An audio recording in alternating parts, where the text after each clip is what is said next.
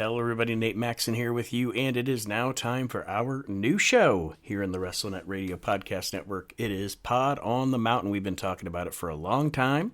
It is our show covering the beginning to end, pretty much, of Smoky Mountain Wrestling. Myself, Aaron, and Chad Austin discussing Smoky Mountain once a month, and it's going to be a good time. Now, what I can tell you is I have decided, for a myriad of reasons, not the least of which is it makes it less work for myself, is I'm not going to make a whole new podcast. I'm not going to make a whole new feed for Pod on the Mountain. I'm just going to make it and let it exist right here in the feed for the We Can't Wrestle podcast. The same feed we've used since 2017.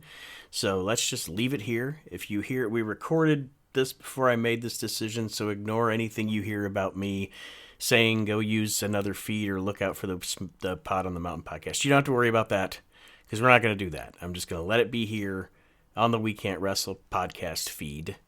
If you're listening to this on the Reliving the Extreme feed right now, you will want to follow it on the We Can't Wrestle podcast feed. Is from now on where you're going to be finding the Pod on the Mountain show. So go ahead and look up the We Can't Wrestle podcast for that. That being said, all the rigmarole here, let's get into it. The debut episode of Pod on the Mountain. Enjoy, everybody.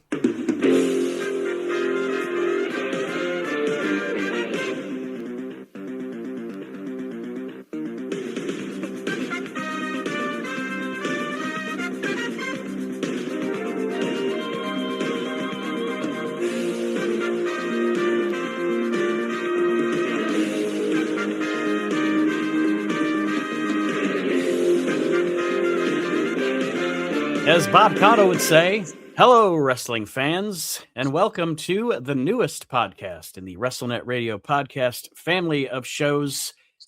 Our new once-a-month show covering the history, or covering, I guess, review, just like we did with Reliving the Extreme and ECW. We've decided to do a show about Smoky Mountain Wrestling. This is Pod on the Mountain. I am renowned guy that watches wrestling, Nate Maxon. So like that's my hit. That's my connection to the wrestling business as I watch it. My brother Aaron, of course, is here with me. Hello, everybody. And the one of us that has actually worked in the ring and in the wrestling business, Chad Austin, is here as well. And in Smoky Mountain Wrestling. Yeah. We'll get there. We'll cover that 12 minutes of me in Smoky Mountain sooner or later. What's that? I was gonna say, did you get to hobnob with Rick Rubin? No, I didn't even get to hobnob with Ricky Morton or Rick and Nelson. I didn't get to hobnob. What are you talking about? But you share a Subway sandwich with Joe Kazana. Oh, he wasn't there. No, his days were already over. Because according to my time frame, the amount of matches that I had in Smoky Mountain, I think I was the only jobber they had. Because I worked everybody in one taping. Real quick, one funny thing coming out of Reliving the Extreme, which we had to put a pause on because of the WWE and their clusterfuck of what they're doing with their fucking library, is it was funny because for I don't know, maybe 18 episodes we shit on Brian Lee. And then we get into this, it's like, well, we're gonna have 2 more years of Brian Lee, so that's fantastic. Well, at least we ain't doing Memphis when Tommy Dreamer invades. And then the other thing I had was I'm kind of excited about this because we're gonna watch an entire promotion and watching, because I got ahead of myself and watched 2 months. But I'm like watching this, it's like it's given me, and we're going to talk about it more obviously when we get into the shows. It's like it's giving me Cabrini feels. Yeah, I love the infancy of I love like the infancy of a promotion and then the death of it. You know what I Yeah, mean? Like yeah. the beginning and the end. I've always said The I'm a middle's sado. fun. Well, one I've thing, always said I'm a one thing wrestling masochist because I like to watch a promotion. that one thing that's funny that's funny about doing the shows, but like if we cover a whole month, and like you normally wouldn't notice it if you're watching it as a regular fan, is when they taped a whole bunch of shows in the same building. Yeah, because I was like, oh, here we are, and then when Bob Caudle says he's at whatever building they're in, and then the next show they say it again, I'm like, oh. But then again, then on in this month they only did 2 shows at a building because they switched buildings halfway through. yeah. And I went back just to look. I went back through into the PW Torch archives just to see. And these shows aired in February. That's what we're going to do, folks. We're going to cover a month at a time. So it's going to be a once a month show. We'll cover that entire month worth of shows. Because on some of these shows, honestly, like the first, you're going to get through a show pretty quick because you got, squash matches. But the shit, I forgot. Oh, I went back and looked, and these aired in February. They actually taped these in October and November of 91, and these air in February of 92. So just for history's sake, just for posterity. But what I also like about it is that we're recording it right now, which is early, but we're gonna we're debuting the show on February 1st, which is when Smoky Mountain debuted. So as long as we keep consistent with it, we're literally gonna review month by month the entire history of this. I'm glad you caught that, Aaron, because I caught it too. So yeah, I mean, let's just jump into it. The first episode of Smoky Mountain Wrestling, again, this is Pod on the Mountain. The first episode of Smoky Mountain Wrestling, February 1st, 1992. And I'll say this just in case there's anybody that didn't watch Smoky Mountain when it aired or hasn't watched all the shows.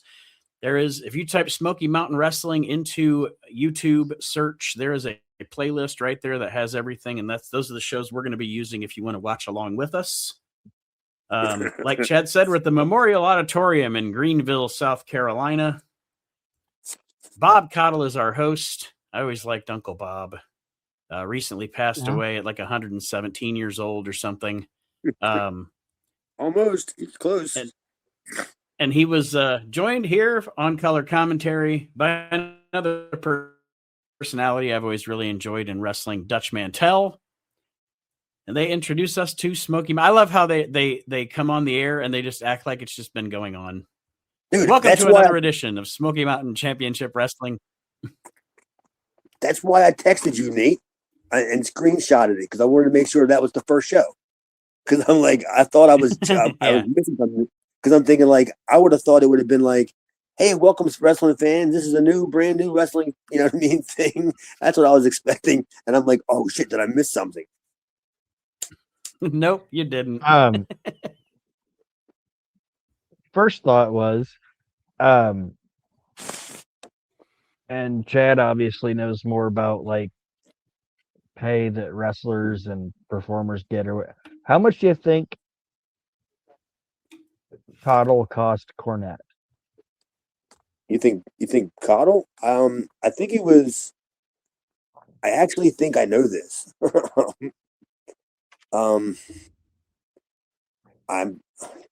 Somebody told me, and I remembered, and I want to say it was because he was covering what he was losing at his day job, and he was giving him travel money. So it was somewhere around, I think, $1,200 is what I think he was paying him like for a taping in that ballpark. And do you think Bob was making more than Dutch? Probably. Because Dutch is a guy that he's an interesting guy to me. Because like I like Dutch Mantell as a personality, and obviously some of his booking ideas and stuff, but like as a wrestler, I'm not a big Dutch Mantell fan, but like as a personality, uh, promo, all that, like I'm a big fan of him, and I like him on commentary. But when he work like as a worker, I'm not a big like as a wrestler, I'm not a big Dutch Mantell fan. It all depends on when you catch him. Personality wise, he's great. It depends. Like I completely understand what you're saying, Aaron, but He's because I kind of like love Mike Hayes. who Mike who You know, like Mike Hayes. Like I don't really. I've if I see a Mike Hayes match, I'm like, all right, whatever. But like Michael Hayes. promo personality, like You mean Michael Hayes? yeah, like I'm I not a was like, huge Michael Hayes in ring fan, but you're so close with him. Call personality. Mike. All right, good old Mike Hayes. I literally didn't know who you were talking about. Sorry, I'm just saying, like that's how I kind of look at Dutch. Like I Dutch know Dutch. commentary wise, I think he's great. I know Dutch didn't rape Cornette either on money.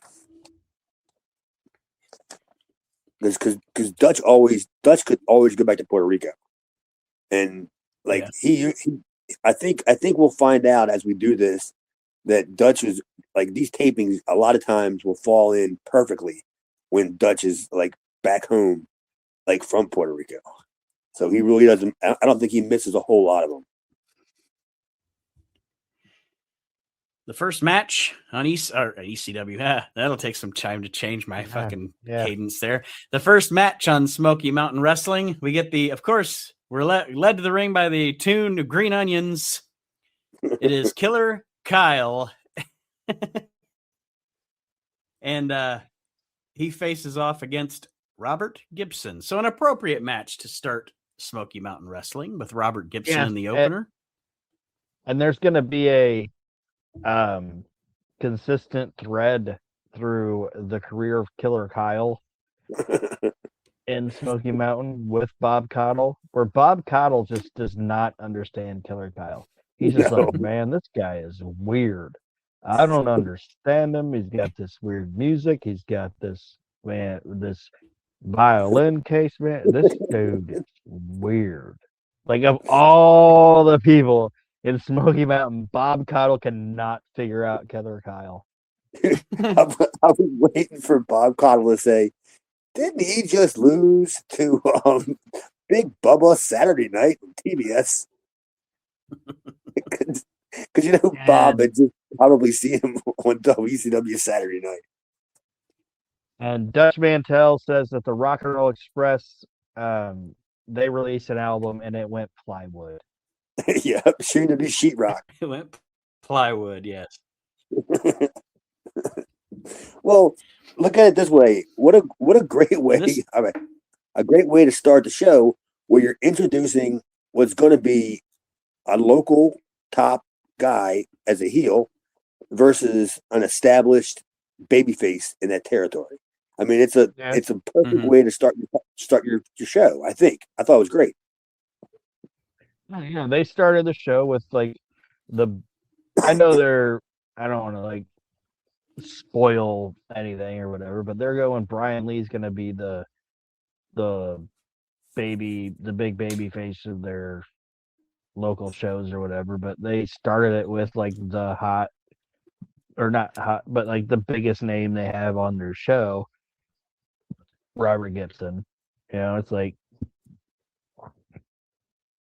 you know what I'm saying? Like Brian Lee's going to be the backbone of it for a minute, but they know that like Jimmy knew that Robert Gibson was the bigger name, but I might not have him forever, but we're going to. And I'm pretty sure timeline wise at this point, Ricky Morton's still in WCW. I think he's in jail. WCW. I think he was in jail also. But I always love it, like when something like this happens, and like when they have a tag team like that, like Robert Gibson showing up without Ricky Morton for whatever reason. It just makes me think, like, what if like you have a hot new promotion in your first match, you had Bushwhacker Butch, just like in the singles match because Luke wasn't there for some other reason. Yeah. It's like I was gonna say you're missing. Killer Kyle versus Mo. Yeah, it always kind of throws me off when that shit happens because I was I hear rock and roll when I expect the Rock and Roll Express and I get Robert Gibson.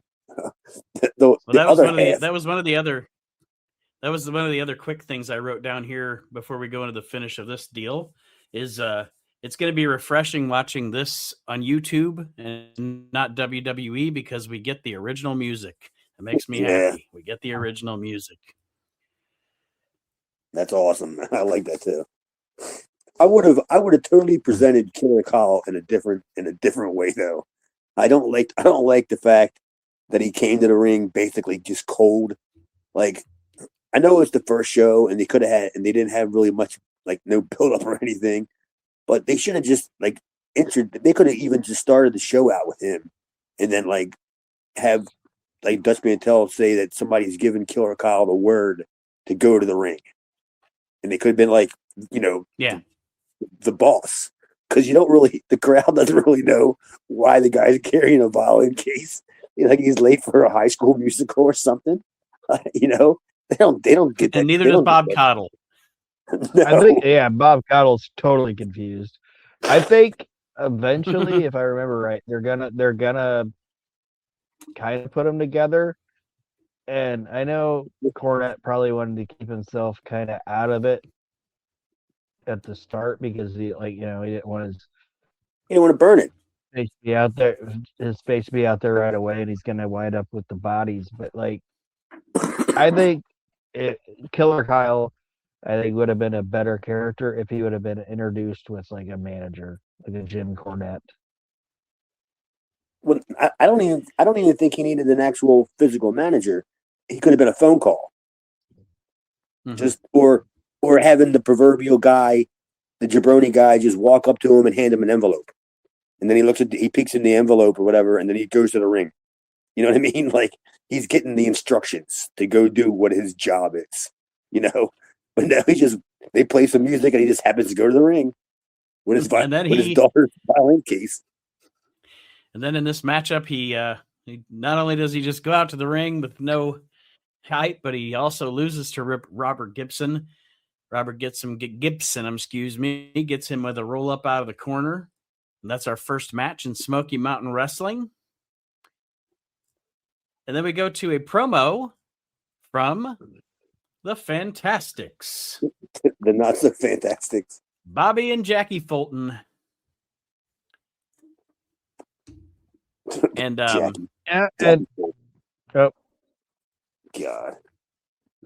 Sorry, the Fantastics are Tommy Rogers and Bobby Fulton are one of my favorite tag teams. And I wanted to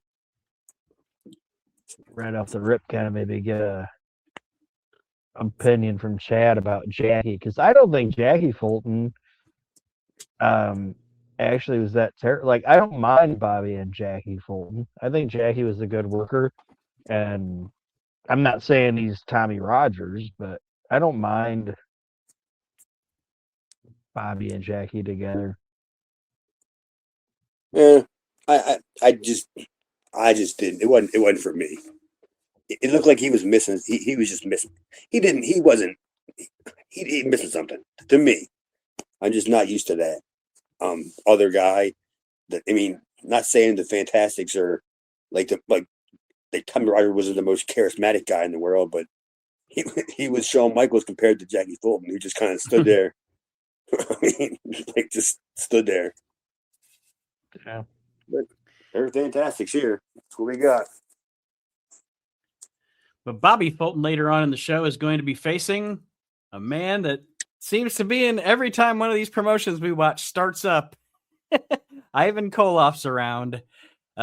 Later on in the show, it's going to be Bobby Fulton versus Ivan Koloff in the main event. I didn't even think about Uncle Ivan being a Cabrini.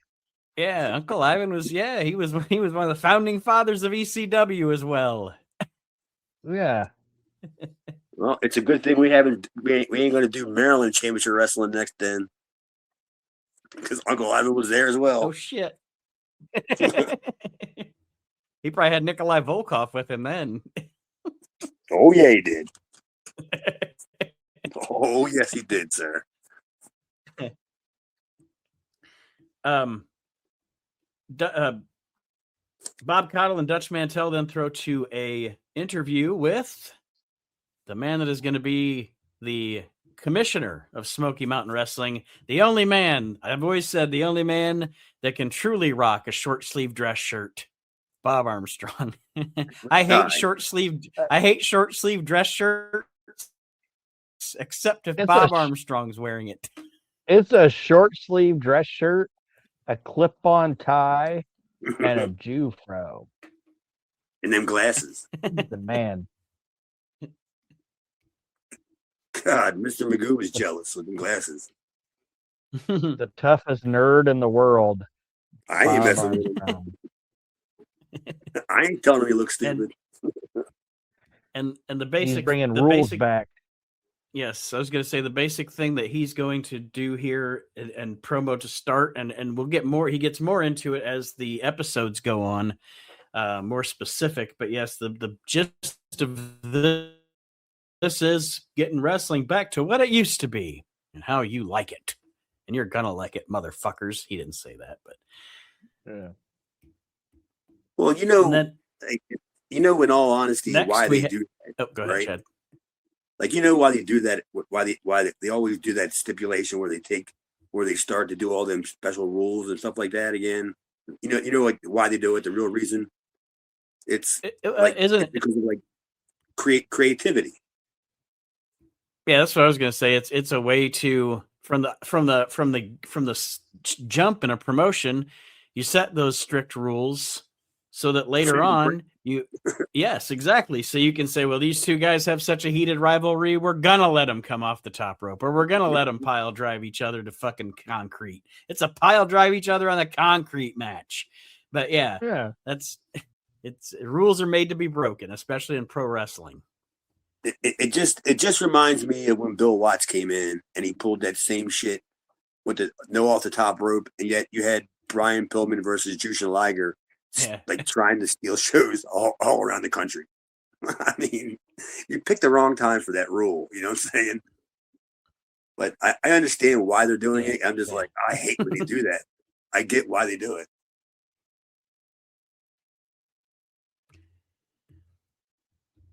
The next match on the show is Barry Horowitz against the aforementioned Brian Lee. And like you said, Aaron, we can see right off the jump here that Brian Lee is the guy that Cornette has decided is going to be his first big baby face here in Smoky Mountain Wrestling. Yeah.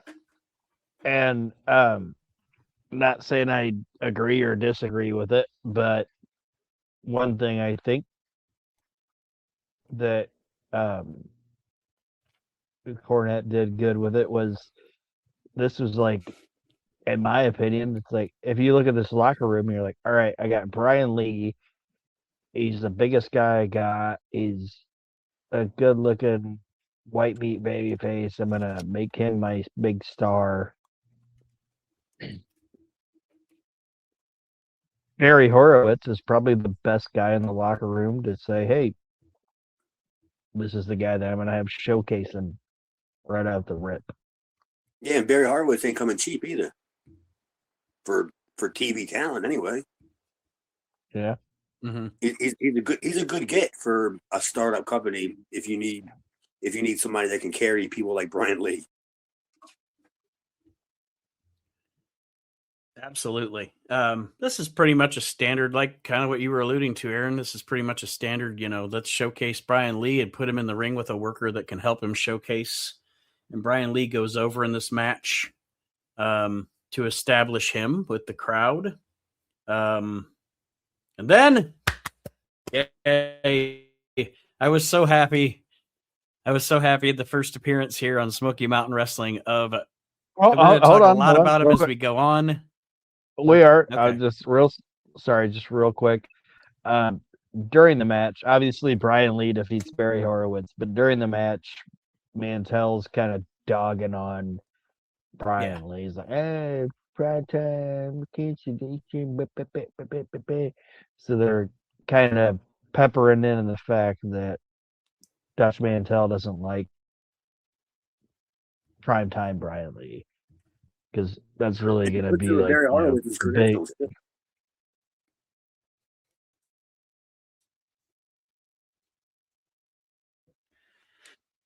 But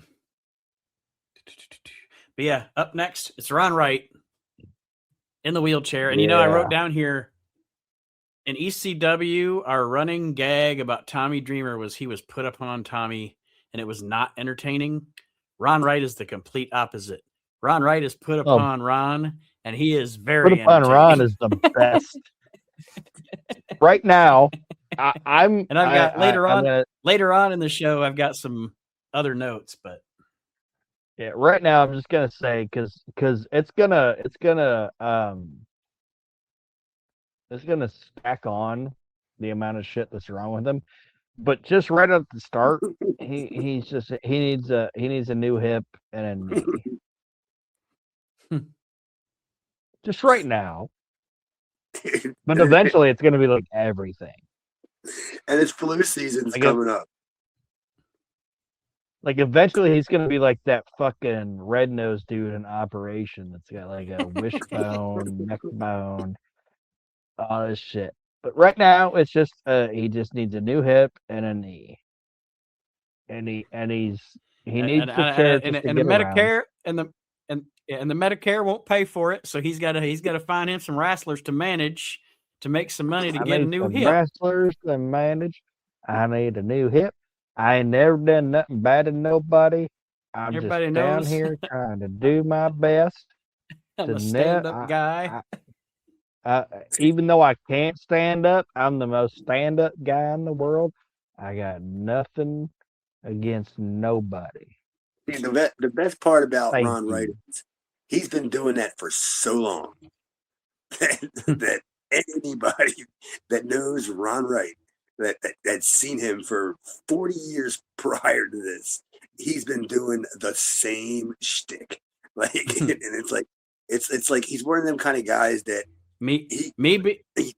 you almost think he can never turn babyface, but he has to turn babyface. He's also like one of the greatest heels that nobody knows about. Well, I was about to say me being a guy from Ohio, and having been a kid and a teenager in the 90s, and then when I first really got to watch Smoky Mountain Wrestling, and then I got, then the advent of YouTube and everything, one of the first things I did when I started exploring shit I'd never seen was go back because I'd never seen, other than Smoky Mountain, I'd never seen Ron Wright's actual career. So I was so excited to go back and be able to watch because, you can find some Knoxville stuff and all that back on YouTube, and being able to go back and watch him when he was actually a wrestler. And what about when he brings out the Nazi flag? Dude, Ron Wright's the best, man. He's so great.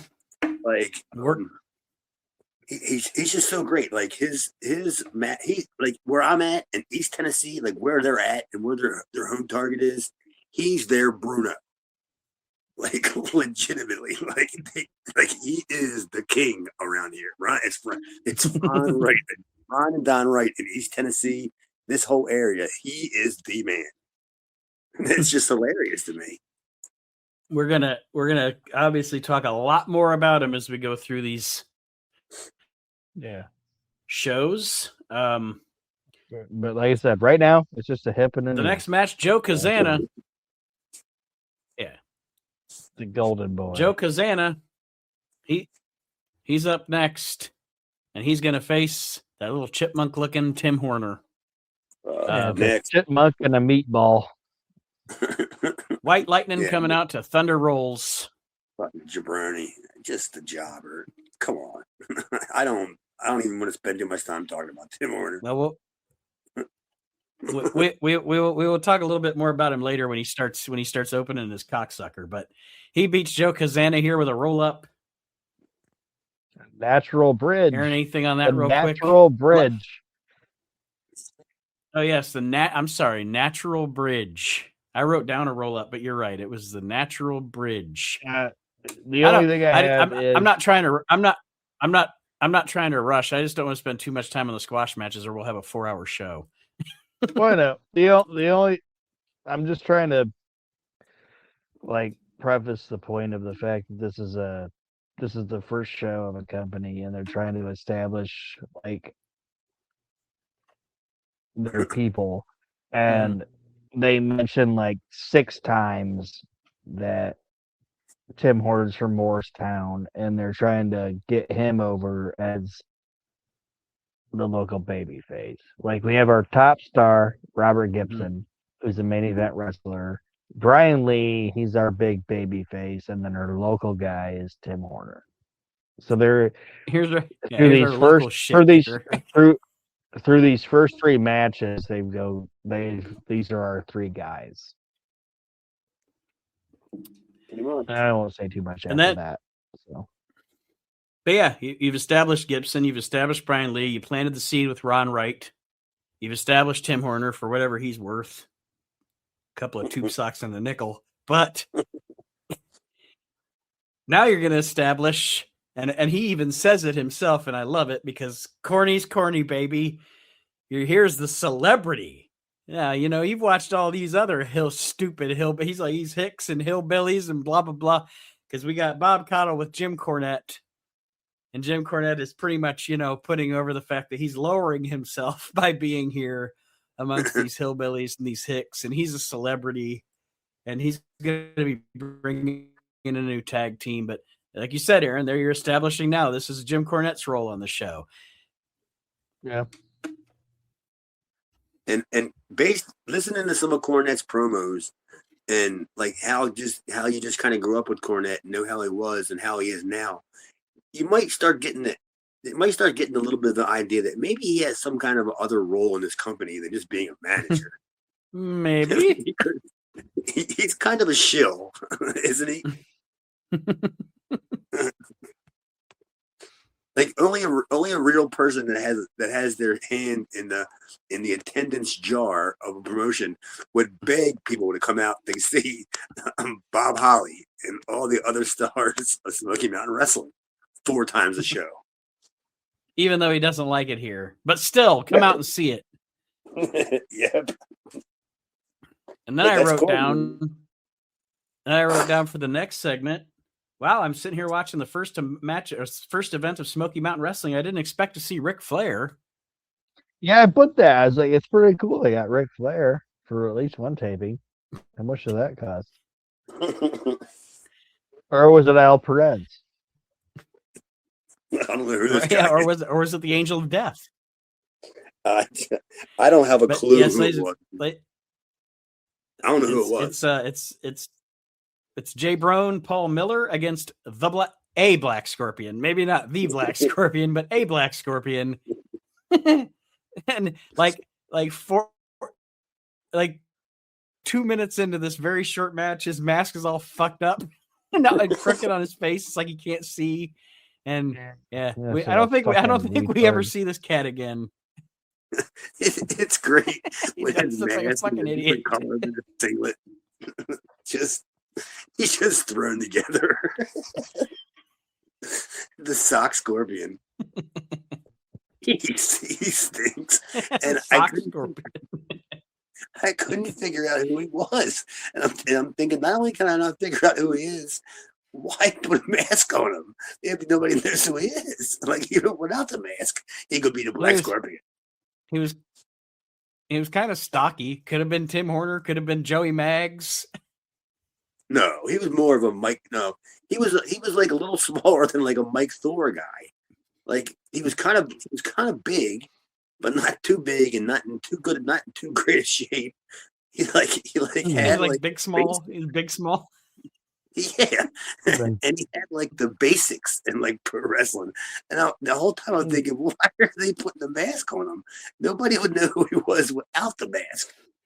You could still call him the Black Scorpion. Nobody would know who he was. It's probably Tiger Jackson. Who? Tiger Jackson. He's a little bigger than Tiger Jackson. The Dick Scorpion. Maybe it was Chris Candido. No. No. For the life of me, I spent the next 10 minutes while Smoky Mountain was on just trying to figure out why. What's the point of this? Putting the guy mask on a guy that we couldn't tell who he was if he didn't have a mask on. And then Paul Miller beats him.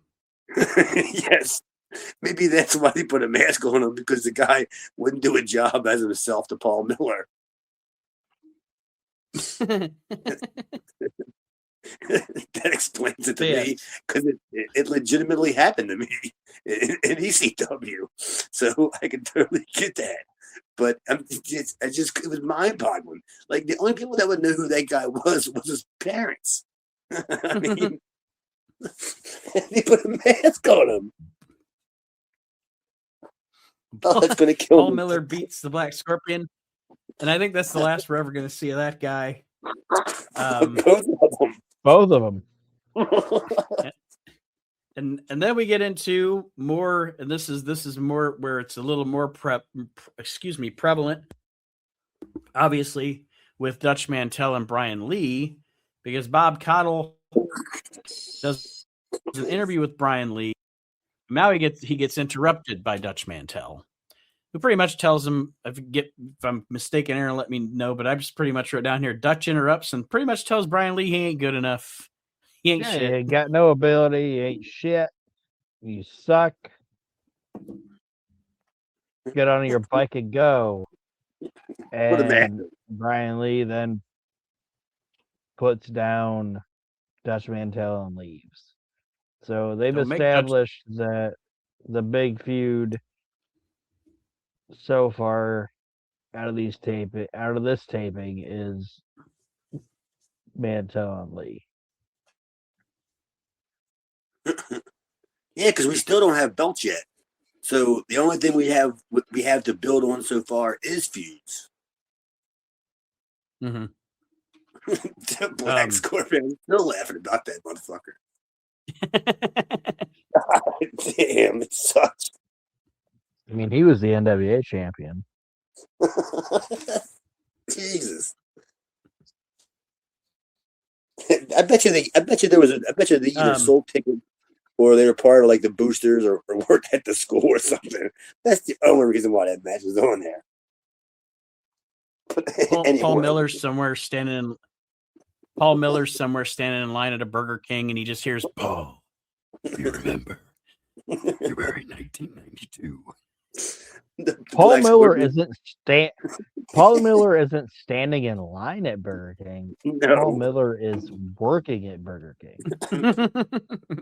And the Black Scorpion is wearing the headset at the drive-thru, and that's where he hears the Paul Miller. Oh, for Pete's sake.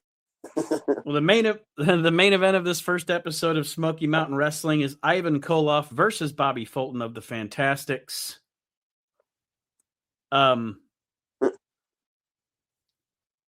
This is kind of a standard match, but there's shit that goes down here.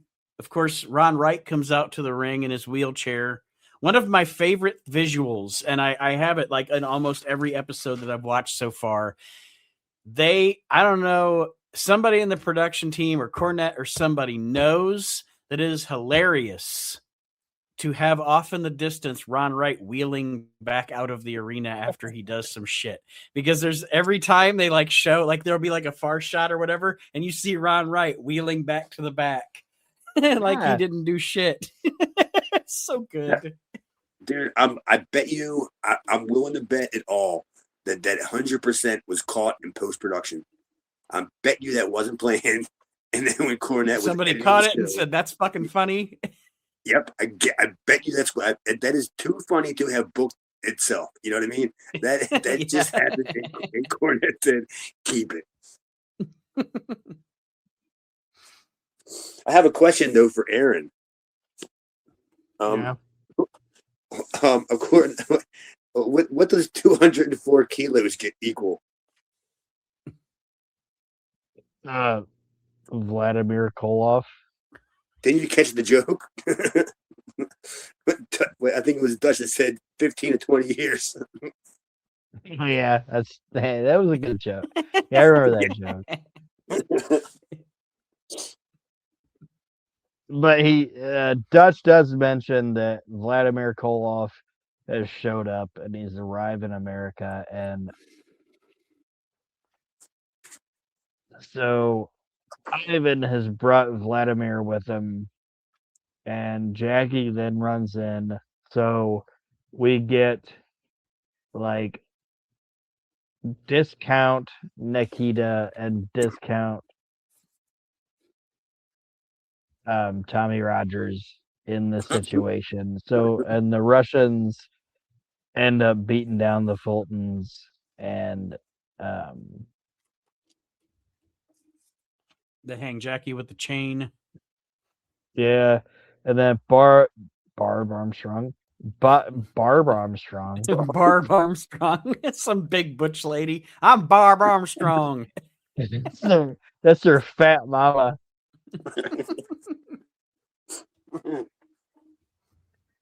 She's the bitch that dropped Pee Wee Herman off. She's the one that dropped Pee Wee Herman off at the fucking truck stop. Large Marge sent you. Yeah, she looks like Large Marge. But Bob Armstrong hypes. Next week we're gonna get the Koloffs versus the Fultons, and Ivan Koloff has been fined $500. Killed him. Just like 170,000 Krugers, and he doesn't know what he's gonna do. Hey, just be glad that they did it. They did it smart and didn't try to pretend that they were finding Ivan Koloff like $10,000. You know what I mean? When Bob Armstrong came out and said he was finding them, my eyes just peeked up. I'm thinking like, oh fuck, like you know. And then when he said 500, I was like, okay, that's believable, and that kind of hits home to them hillbillies there and wherever the fuck they're at. And I'm just thinking like that's a week's pay for like most people there. So they can understand that. My question is, after this whole entire schmaz, when they interview Bobby Fulton, they're like in like the East Tennessee area, and he has the balls to actually say that he doesn't know who Ron Wright is. I'm just like, what? I'm like, where the hell you worked at that you don't know who the hell Ron Wright is? Well, that was February 1st. Yeah. He kept saying, who's this Ron Wright guy? What the fuck you been, Fulton? Yeah. That was February 1st, 1992. Second episode, Smoky Mountain Wrestling, February 8th, 1992. Our hosts for this one are Bob Cottle and Jim Cornette. And the opening match for February 8th is Tim Fry versus... Nope, it's not a Thurman. It's not a Sparky. It's not a Hardcore. It's a Hollywood. Bob Holly. Bob Holly. Coming up to fame. Yeah. The music guy accidentally mixed up his music with Rip Rogers. Because I could have definitely seen Bob Holly coming out to Everybody's Working for the Weekend. Because that's about the only time he ever wrestled before coming there. But yeah, that's just a quick squash to start off the show. Hollywood Bob Holly. We'll get into more of him later. He's going to start doing some promos and such. Yeah. Ron scooted down. To watch Bob. Oh yeah, Ron Wright's out there. I didn't write that down, but you're right. I have a feeling that Aaron's got a new favorite character in wrestling coming up soon. Yeah, Ron wheeled down to see what was going on, and Hollywood Bob ends up hitting a flying knee and beating Tim Fry. 1, 2, 3. Poor Tim Fry. Tim French Fry, working with Paul Miller and the what's his name? The ex-scorpion, the ex-blue scorpion, whatever the fuck his name was. Blue Scorpion? Did you say Blue Scorpion? Blue Scorpion. I like it. Next We we get a promo from Robert Gibson that was so fast. I bet you Cornette was running out of tape. He sounded mentally challenged. Like my promo is Robert Gibson. Dude said nothing. He was just like, yeah, you got it. Smoky Mountain Wrestling area. And you sound like fucking Boomhauer.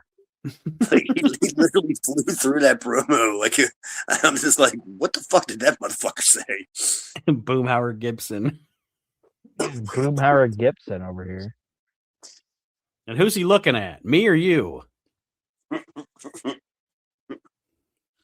Meanwhile, everybody's checking out his hoop. Like I said, that's why his eyes are crossed, because all his blood going to his dick. He has any fucking brain working. Well, I mean, you can't be. Not everybody can be perfect. I mean, everybody's got to have some defect.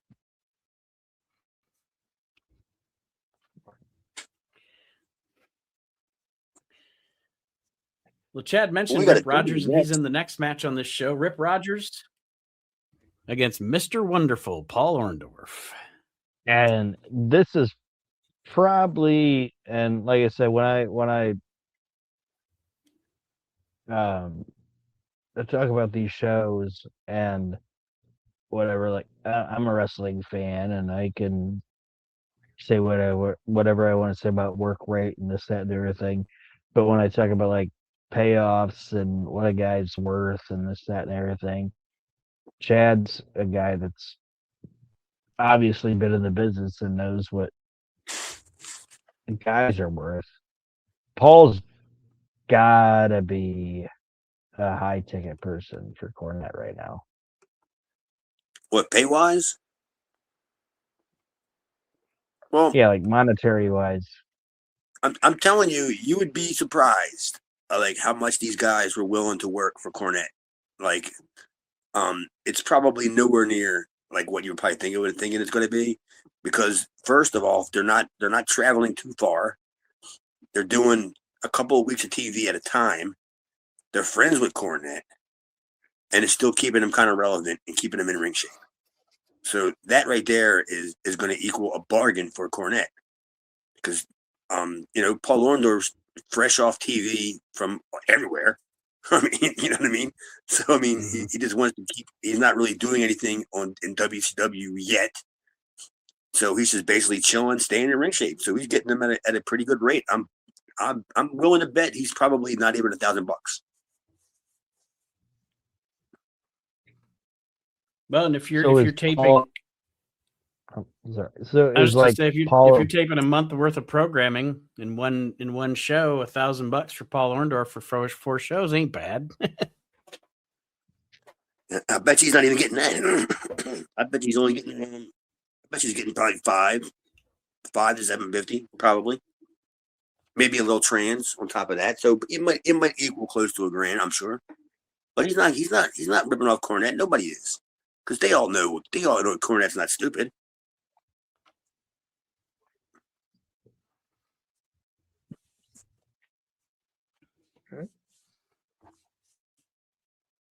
That should have been that. That Paul should be a Orndorff good does match. defeat Rip Rogers here. Yeah, that I was expecting a little more out of that match, honestly, but it was still pretty good. And why is Rip Rogers a jobber still? Yeah, right. Because he's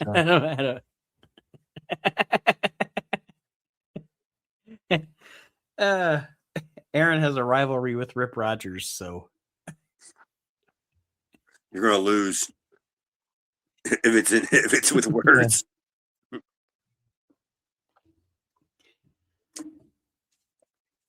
Then Bob Cottle interviews Danny Davis, Nightmare Danny Davis, and he's talking about how Smoky Mountain Wrestling is coming to your town. I put down here too, as we go through these first episodes of the show, it seems like they're heavy-handed with the Smoky Mountains coming to your town, but the promotion just started, so you want people to know our new promotion's coming to your town. So when you watch it all as one, chunk or whatever, it seems like they're heavy-handed with it, but it's definitely what they needed to do to get the point across. Have every single star that comes on TV say, "We're coming to your town with this group of stars. Bring your fat wives. Bring your stupid kids." And your fucking dumb dog. Yeah, all the way down to your slap happy grandpappy. if you can wheel them, push them, drag them, or pull them, get him in that door. Hey, that's the way to do it, man. I don't blame him at all. But like you said, you do kind of notice it when you watch 4 shows in in a row. Yeah. Well, at least they haven't started doing it. At least they haven't started doing the advertisements yet for how to bring Smoky Mountain to your town. And I mean? Danny Davis, like like you said, we don't want this to go too long, but it's like we said, like Robert Gibson's your big name, Brian Lee's the champ that you're gonna push, then Tim Horner's the local guy. Danny Davis is the guy that's gonna be at the fucking gas station handing out tickets. Yeah. Well, I was going to use a better professional wrestling term for it and call him the way underneath guy, but Aaron, you're pretty much right. Yeah, he's your underneath baby face, and Aaron, you got him pumping gas before he works. Oh, I got your gas. Oh, you want to take it to the wrestling show? All right, there you go. Could you see? You go into the Circle K or whatever it is, and you hand the cashier $20 on pump 8. He's got a star on his face. Yeah, it's Danny fucking Davis with his stupid haircut. God damn. Poor Danny Davis. The only reason why he misses some of the tapings is because he couldn't get somebody to cover his shift. The next match on the show. He missed the bus, and he was like, "Slow down, I got little legs. I got little legs." Damn, what did Danny Davis do to us? The next match on the show is Scott Armstrong against Dutch Mantell. I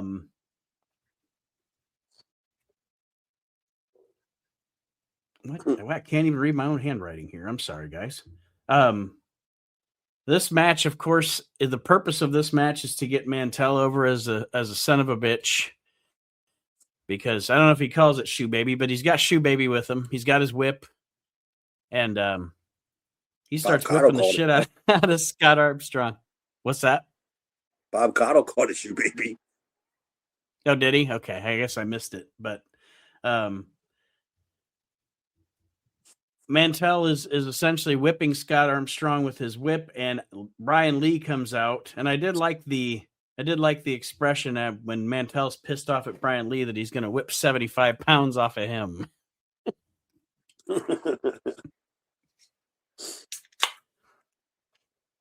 Yeah, and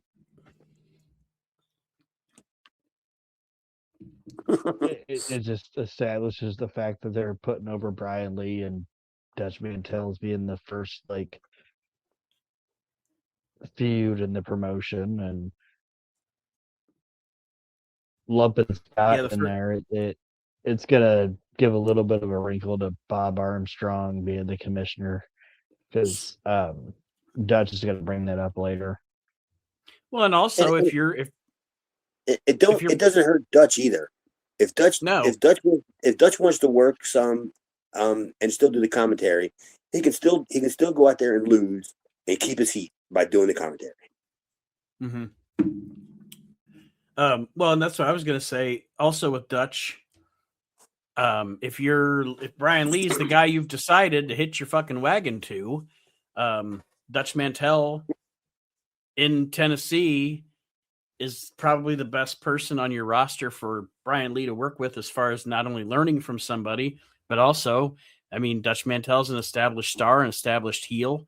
So he's just going to do nothing but help Brian Lee get over. And like you said, Chad, being it for Dutch Mantell to be able to talk about their rivalry on TV, like Jerry Lawler and Bret Hart's rivalry in the WWF is is so well remembered because Jerry Lawler was on TV every fucking hour talking about his rivalry with Bret Hart. You know what I mean? Like, it's just if the guy doing the commentary is there talking about his opponent all the time, it's obviously going to be like, oh yeah, those guys are feuding. That's the biggest feud in the company.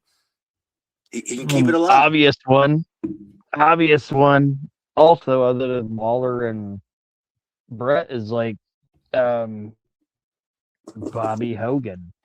You know, like when Bobby's on commentary, he's gonna shit on Hulk Hogan. You know what I mean? I thought you were going to say, Aaron. I thought you were going to say, obviously, it goes right back equal to Paul Miller and the Black Scorpion. They can just keep it alive. They can just keep it alive on TV by talking about it. The greatest things that never happened. I'm going to have dreams about the program that never happened. That's my dream program that never happened. I want to see Paul Hogan versus the Black Scorpion. Crocodile Dundee and the Black Scorpion. Well, tie me kangaroo down, Black Scorpion. Damn. Bob Armstrong. He's all up in arms about Mantell using that whip, but he is going to make a match between Dutch Mantell and Brian Lee next week on Smoky Mountain Wrestling. After that, Jim Cornette, now he's talking. I don't remember. I guess I didn't write it down. Did he talk about bringing his tag team in the first episode? Or is this the first time he met? Okay. He did. And then he's typing that he's bringing his upcoming team and he'll reveal them when he sees fit, basically. And on this promo, he kind of changed his tune too, because he didn't lay off on the fans, of course. You got to call them stupid hillbillies. But he isn't crapping on the promotion as much as he starts crapping on other promotions out there that are presenting you with cartoon characters and blah blah blah blah blah. So he's kind of putting Smoky Mountain over a little bit, but still shitting on the fans. And he's going to be bringing in his tag team for the tag team championship tournament. And I think this is the first time they start mentioning tournaments to crown champions. I was not expecting to see Wally Yamaguchi on this show. Yeah, here he is. They bring in Wally Yamaguchi, and he talks about SMW's already going to Japan. And I'm looking forward to that because we're gonna see a fucking kick-ass team. Well, I mean, coming out of that, so I just couldn't figure out, like, when Wally Yamaguchi's on there talking about doing a talent exchange with Smoky Mountain. I'm just thinking, like, just knowing what we know, like, not looking ahead at Smoky Mountain, just like Japan wrestling as opposed to like American style wrestling. I'm just like, what? You picked Smoky Mountain to come to like look for stars to take over to Japan. And I was going to say, now I want to watch Stan Hansen fucking kill Paul Miller. I wonder if they were in the All Japan Tag Tournament together. Ricky Choshu versus the Black Scorpion. Yeah, I don't really. I mean, you know more than me, Aaron, because I didn't make the connection as what the fuck was Wally Yamaguchi doing there. I'm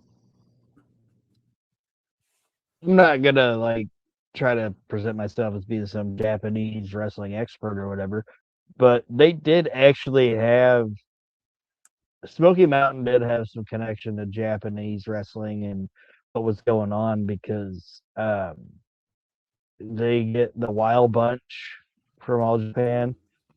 Like Cornette saw them over there and brought them over, and I know we shit on them a little bit earlier, but Jackie Fulton, he and Bobby Fulton even too went over to Japan.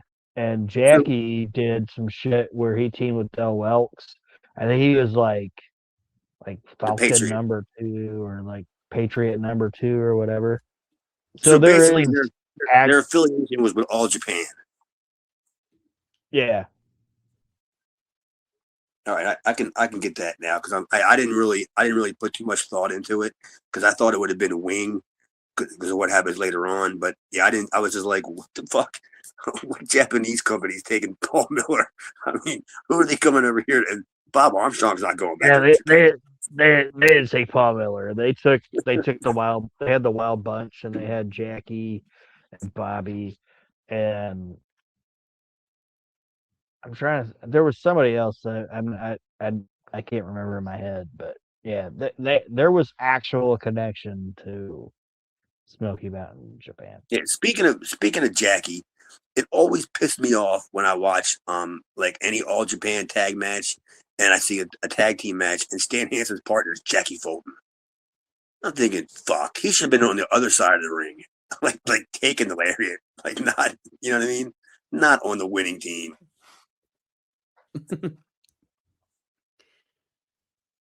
All right, we get another fantastic Ron Wright promo here in his wheelchair. He's kind of facing off in one direction, like when they have you take like a class picture or something, you know, he's not facing the camera, he's like facing off to the side.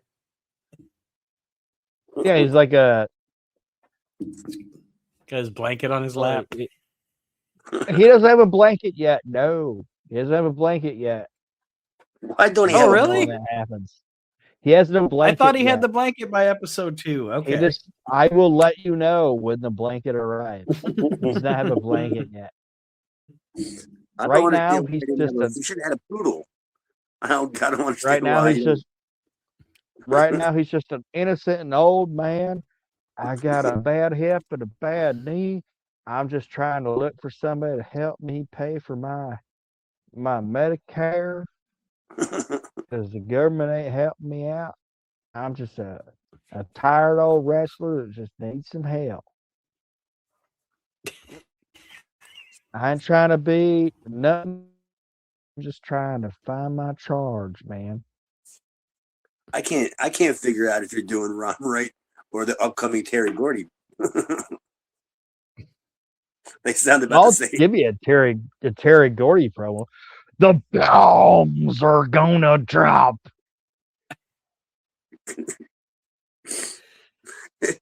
It's a good thing. It's a good thing Terry Gordy is from East Tennessee because all that motherfucker seems to remember is mountains. That's the only thing that came out of his mouth in that promo was he was in Freeburg Mountain, Space Mountains. Now he's in Smoky Mountains, and you can see him looking around like, I don't know what the fuck's going on. But the main event of this show is the Koloffs versus the Fultons. They start off right away with a brawl, and the match ends with the winners, the Fultons, when Jackie hits a crossbody on Ivan for the 1, 2, 3. And that's what that is. Yes. What a way for that show to end, too. Not too much to write home about there. Bob Caudle interviews Jim Cornette. Cornette talks about having to go to these redneck towns. Then, like Aaron and Chad just mentioned, the Terry Gordy promo. But mine was the cherry on the sundae. Tim Horner. I would say Tim Horner. My writing here is interview with Tim Horner. Mountains. What the fuck is he talking about? With his stupid fat chipmunk face. I like red crayons. They taste like strawberries. The only thing I wrote was oof. Tim Horner's still alive? Unfortunately. Yeah. Nobody's told him, but yeah, he's still alive. Like a lot of when I watch some of this stuff, it's so bad. And then I start thinking of like Aaron. And I'm like, I hope he catches the same shit that I catch. And then I just start laughing. And then like my whole attention, like I miss pretty much like what they're saying. Like as I'm watching it, I'm trying to like write stuff down. So all I got out of that was Tim Horner, oof. Because I don't know what the fuck that pretty much shit was. Tim Horner's. Every wrestler. If Tim Horner isn't autistic, he's mildly retarded. He's both. He's retistic. God. He's all tarded. Let's go. Yeah, he's a dope. That was February 8th. February 15th, 1992. Jim Cornette and Bob Caudle. Buildings. Jim Cornette and Bob Caudle are our host. Jim Caudle is our host. In the first match. East High School in Morristown, Tennessee. Yes, the hometown of all tarded. This is where Tim Horner did not graduate from.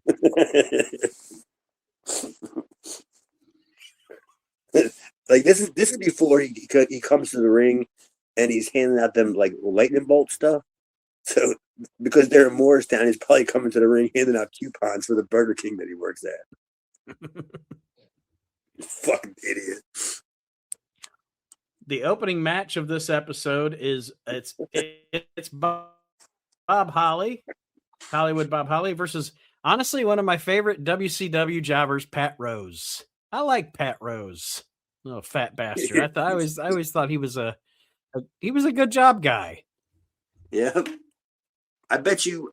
I'm willing to bet he made more than Bob Holly for that match too.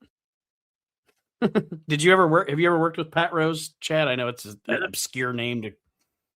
Nah, no, but I've only been on one show with him, and you wouldn't believe the amount of love that I showed him.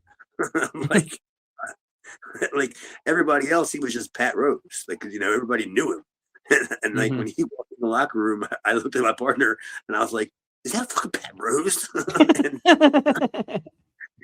and like I think we had like Ron Simmons on the show, and like Tito Santana or something also, and I'm all marking out for holy shit, Pat Rose. Pat Rose. Do you know what me and Pat Rose have in common? Like, no. I know it's not saying a lot, but we both had a match of ours called by Gordon Soley. Oh, nice. You can say that. It's cool to be able to say that. Even though by the time he called your match, he was probably really fucking drunk. Oh, dude, it was the third hour of a main event taping. I mean, seriously. Oh yeah. He's probably had a nap.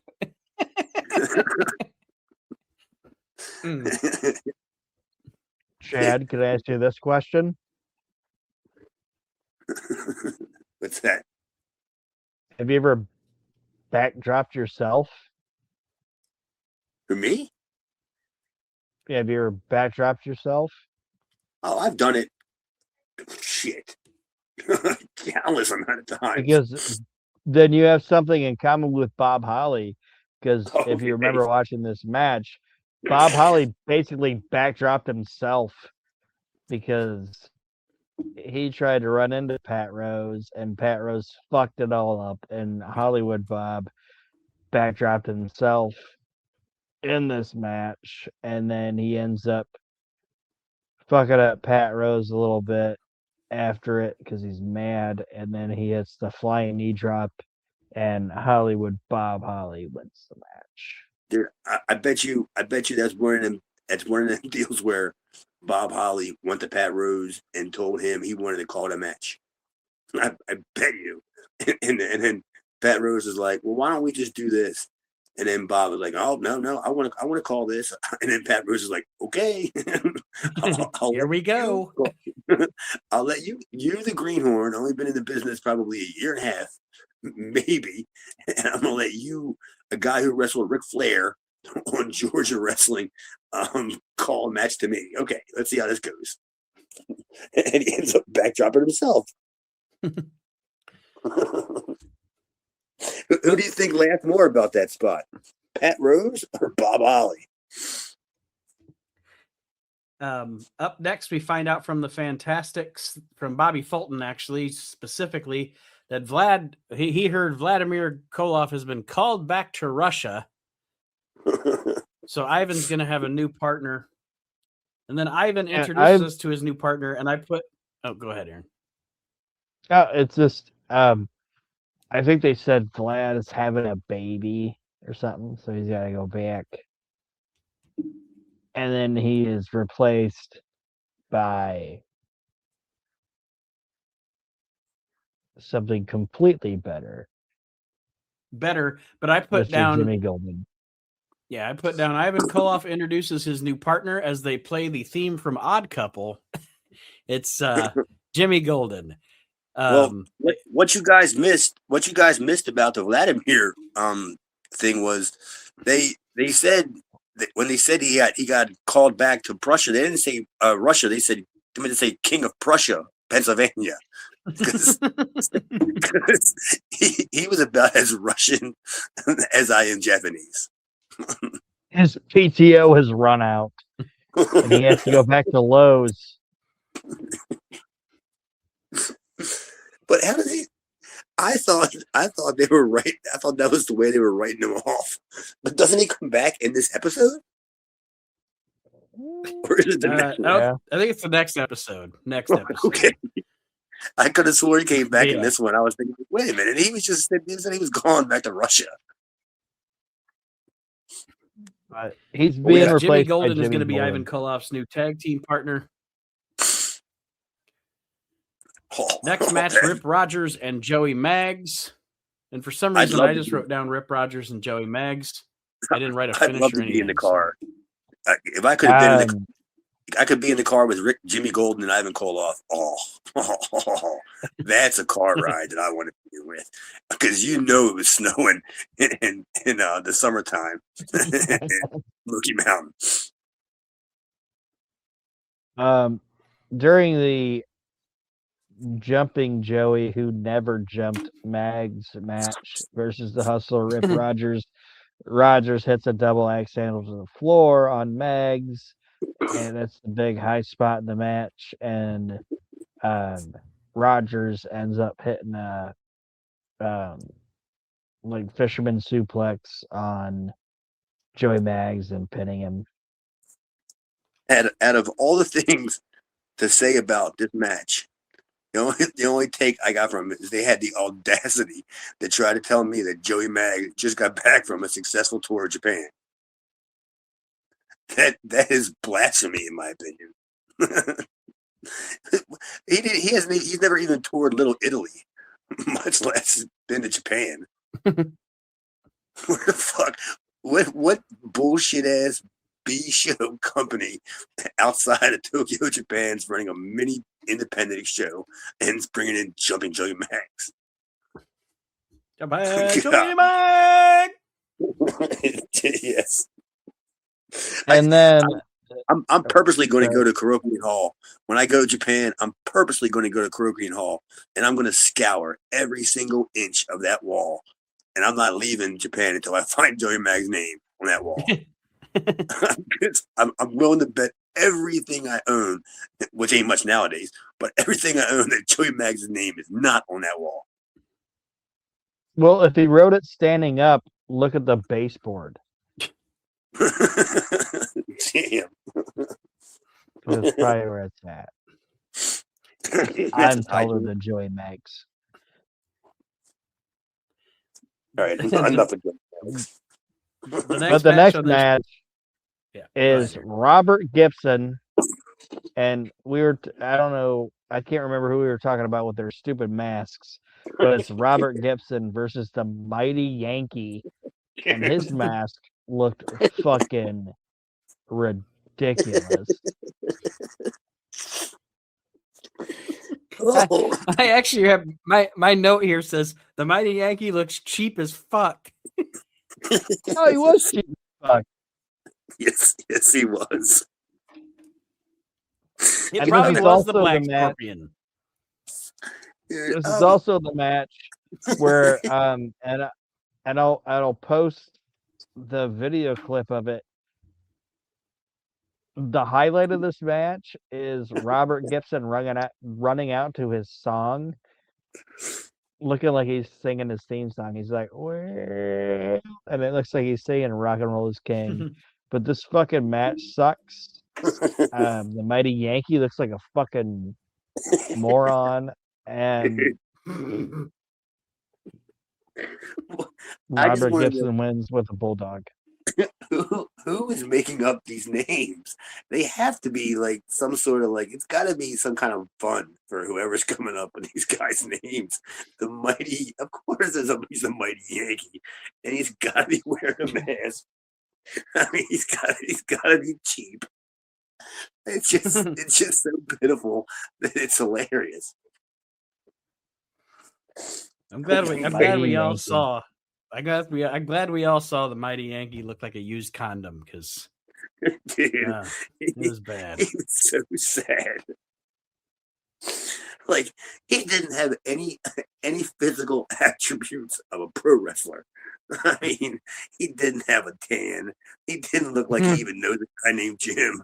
He just had a pair of tights and a mask. The Mighty Yankee. Fuck.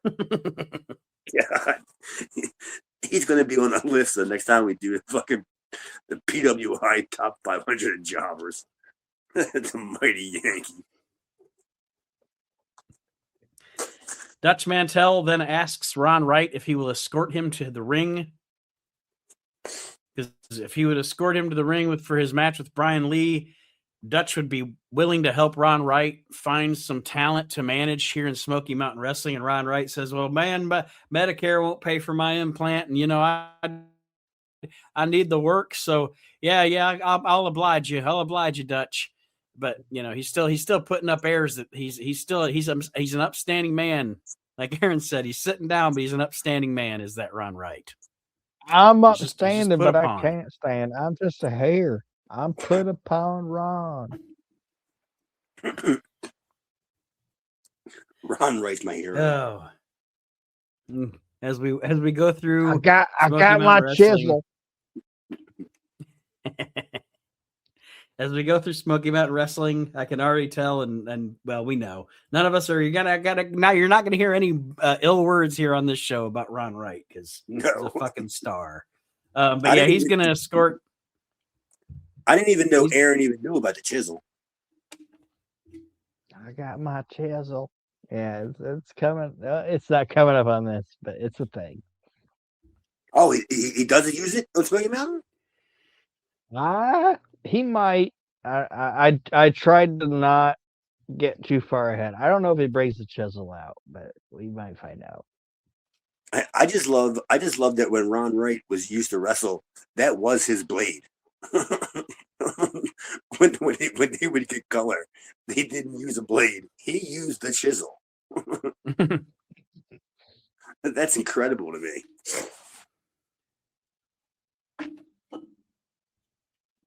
The Mighty Yankee. Tim Horner goes over Barry Horowitz with a bridge. And then Bob Cottle interviews Tim Horner, and my notes here are Bob Cottle interviews Tim Horner. What a fucking doofus. I can't. My thing was this is my note. Interview Tim Horner, botches a 30-second fucking promo. I have no talent. I'm not a professional wrestler. I am not a spokesperson for anything, but I can talk for 30 seconds and not fuck up. This fucking idiot couldn't talk for 30 fucking seconds. Tim Horner's not a bad wrestler. He's a solid wrestler. Okay? But speaking, he cannot do. Like, he's a fucking moron when he talks. Well, you don't really get the curtain pulled back too much on Tim Horner until he has the falling out with Jim Cornette. That's when you start to learn about the real man that Tim Horner really is. Because like this idiot on him, huh? This idiot teamed with like one of my favorite wrestlers of all time. It's like, how is this moron even with Brad Armstrong. I don't fucking get it. He's Just a buddies. fucking moron. The team that can't talk. Good Lord. Kim Horner. Fucking idiot. Then we get a promo from Budrow, Buddy Landell. It was awesome. I wrote down here. Buddy Landell is. I wrote down, for people that don't know, the only reason Buddy Landell wasn't one of the biggest stars in the history of wrestling is because he couldn't get out of his own fucking way. No, he couldn't get out of bed. Right? Yeah, couldn't get out of bed. But yeah, like just how many times did somebody try to give him the opportunity that they gave him because he was so fucking talented, but he just couldn't get out of his own way. Didn't you ever hear the story? He does a great promo here. Oh yeah, about how he didn't want to get out of bed, so it changed Crockett 86. Pretty much. Yes. Like everything Dusty had planned for 86 got changed because fucking Buddy Landell wouldn't get out of bed. Yeah. That's fucking fabulous. That's a fucking heel right there, dude. That takes some balls. Yeah. Yeah, healed on the entire promotion for the whole year. But I dug this promo. Aaron said Tim Horner can fuck up a 30-second promo. Landell does about a 2.5-minute promo here about essentially his gist is I can be myself here in Smoky Mountain Wrestling. He shits on other promotions, not using any promotion by name, but shits on the other promotions out there. And he's excited to be coming into Smoky Mountain. And I don't know if you guys had anything else on that promo, but I didn't mean to steal all the thunder there. That's fine. But I have something in this next match that debuts. What's that? No, but I do. I'm just saying I don't have anything on Buddy's promo except that it's fucking awesome. But the main event is Dutch Mantell versus Brian Lee, primetime Brian Lee, and I didn't mean to yell earlier. But we have a debut in this match, and guess what it is? It's Ron Wright's blanket. He now has a blanket. Yay! That's why I told you to shut the fuck up earlier, because we needed to get 3 deep to get to he is now so severe that it's not just his hip, it's not just his knee, but his other hip's fucked up now, and he is so traumatized that he now needs a blanket. And even on commentary, I wrote down here, even on commentary during this match, to help put over Ron Wright, Cornette is really laying it on thick about Ron Wright's injuries and how severe it is and everything too. Cornette's in on the joke, and he's doing a great job too, helping out. Dude, yeah. How great would it have been if when Ron Wright has the blanket and he's going to like ringside and you see this like humongous extension cord because it's heated. Like you have like 4 black guys just plugging extension cords in that are running all the way down the aisle to the back because it's a heated pad for Ron Wright's osteoporosis and plantar fasciitis. He really starts falling apart here, doesn't he?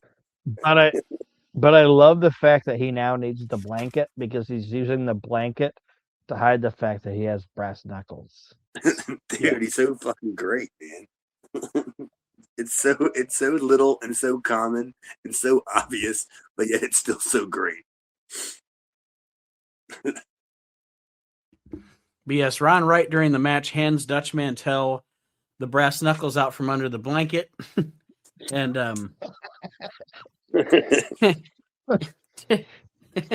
so creative. Brian Lee, however, detects the knucks, and then he gets them from Mantell, hits Mantell with the brass knuckles. The referee sees the knuckles on Brian Lee and disqualifies Brian Lee.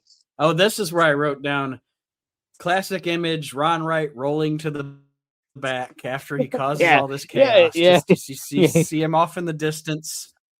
And he took his knucks out of his blanket. He exposed his nuts.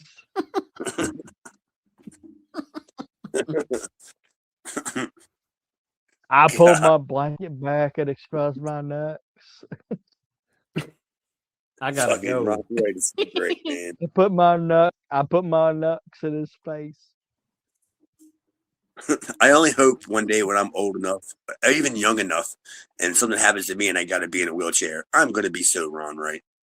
God, if I get to be in a wheelchair 50-some years old, I'd be such a heel. Yep, I don't want an electric one. I want one where I actually have to move the wheels like that. Like, Yeah. We get some promos to end this episode. Bob Caudle talks about Smoky Mountain again coming to your area. They play another Ron Wright put upon promo. Bob Holly, he's got a dinner date with Julia Roberts. He's got to get out of here. Of course he does. They both have fucked up teeth. He's got to go to a steakhouse because he's got a date with Julia Roberts. I'm just thinking, yeah, seriously, he's gonna. What he means is he's going back to the Motel 6 to watch Pretty Women. Or not Pretty Women. Yeah, Pretty Woman. Yeah. Yeah. Like, no, you don't have a date with Julia Roberts. You're gonna go smoke cocaine or crack with Jake Roberts. Yeah, I was gonna say he had a date with Buddy Roberts. Yeah. But any of them are just as good when you think that they're trying to make you believe that Hollywood Bob Holly has a date with Julia Roberts at a steakhouse in Knoxville, Tennessee. Well, whatever it was, Morristown, Tennessee, Outback. He's going to Outback with Julia Roberts. And Cornette puts it over. Well, that's February. That's February 15th, 92. February 22nd, 92 starts off with Bob Caudle calling Hector Guerrero Hector Gomez. Yes, Bob Caudle and Dutch Mantell check in on commentary, and Bob Caudle says, "We're going to see Hector Gomez. I mean Hector Guerrero. That is Dutch. I just about messed up Hector's name." Like he says, I just about messed up Hector's name. It's like, no, you totally fucked it up. You didn't just about. You completely fucked it up, Bob. There's no reason to review anything else about this show because I could care less what happens on this show after he said Hector Gomez. I was just completely done. And I said, they could just roll the credits and show me who the hell Spruce McCree is. Because yeah. Ladies and gentlemen, here today, we're going to have Hector Gomez.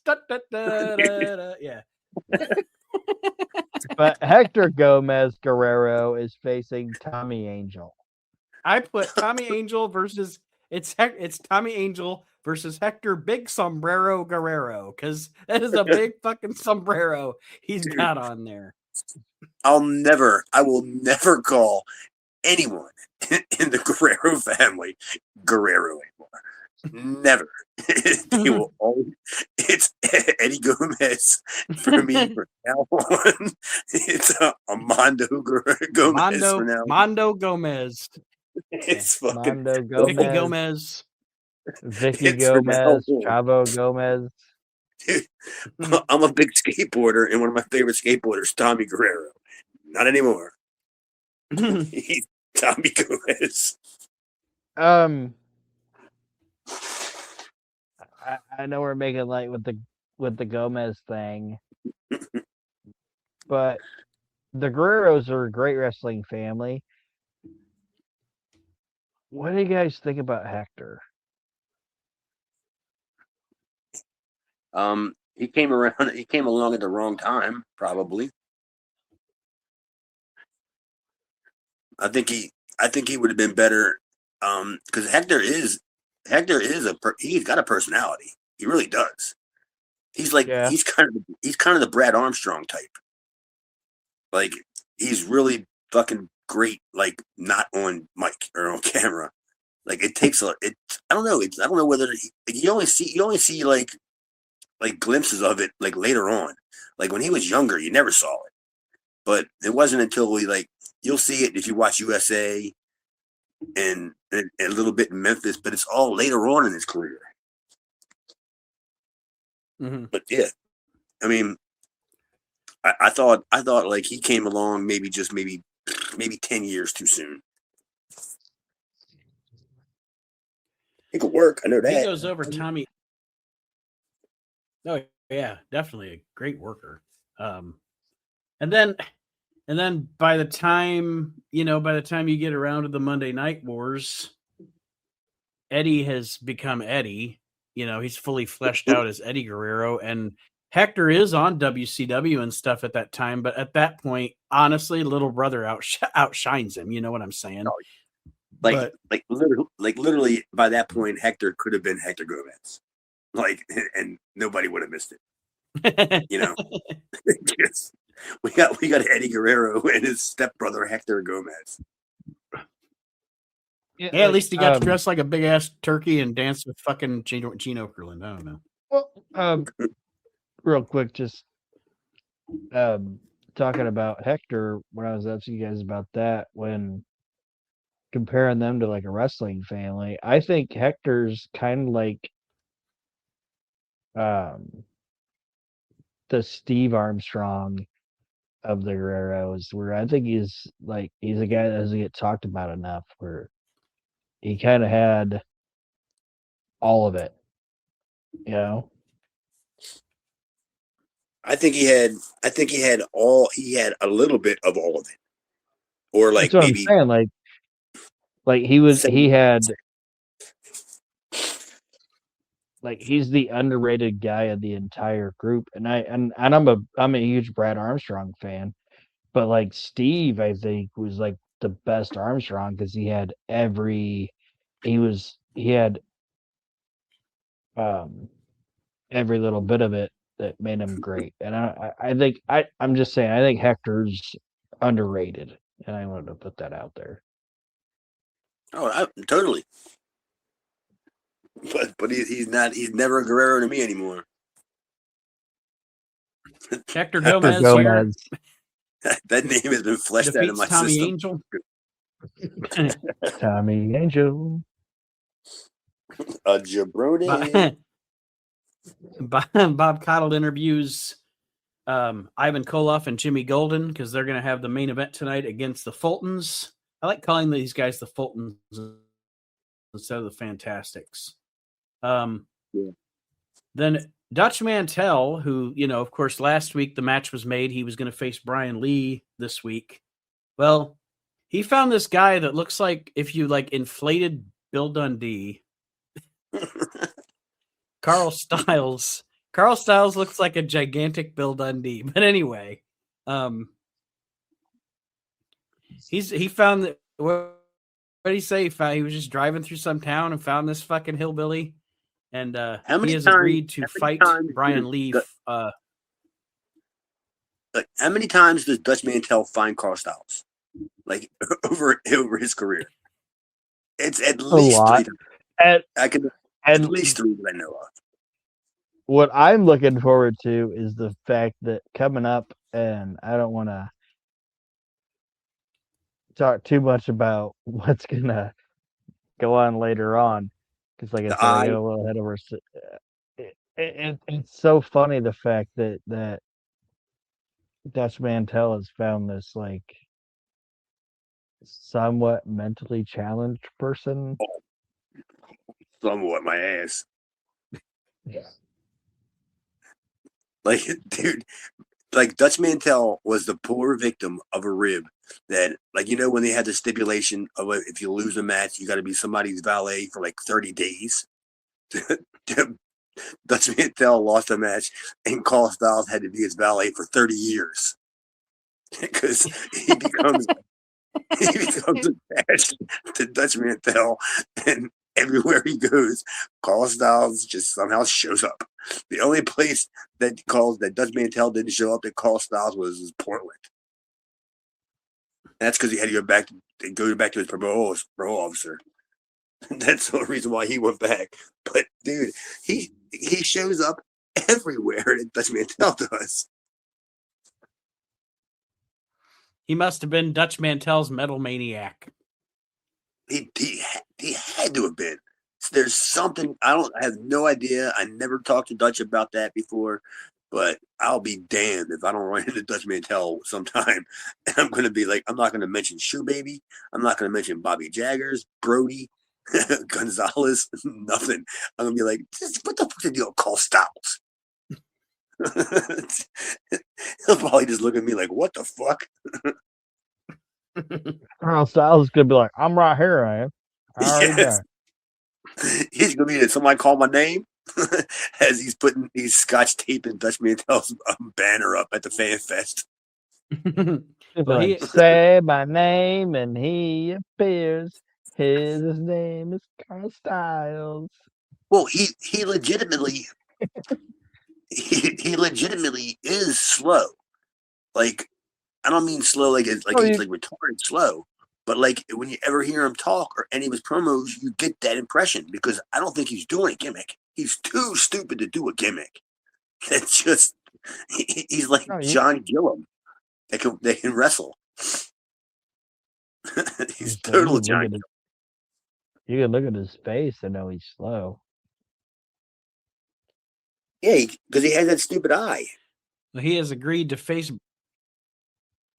He's agreed to face Brian Lee in Dutch Mantell's stead on this episode of the show. The next matchup on the show, after a Ron Wright promo, Green Onions blanket got bigger. The blanket got bigger. It's a bigger blankie. It's a bigger blanket. It's a bigger. Earlier, it was kind of like a blankie, but now it is like a full-on blanket. Yeah. Earlier, it was kind of like the one they cover your legs up with if you're at the hospital, like that little 2x2. It was like a hand. It was like a hand towel. It wasn't a blankie. It was a hanky. Yeah. Now he's got a full-fledged comforter on his fucking. Yeah, he's got a whole blanket going on. Well, he's going to observe this next matchup between Killer Kyle and Ricky Nelson. Didn't Ricky Nelson die in a plane crash with the Big Bopper? No, but he did have a garden party.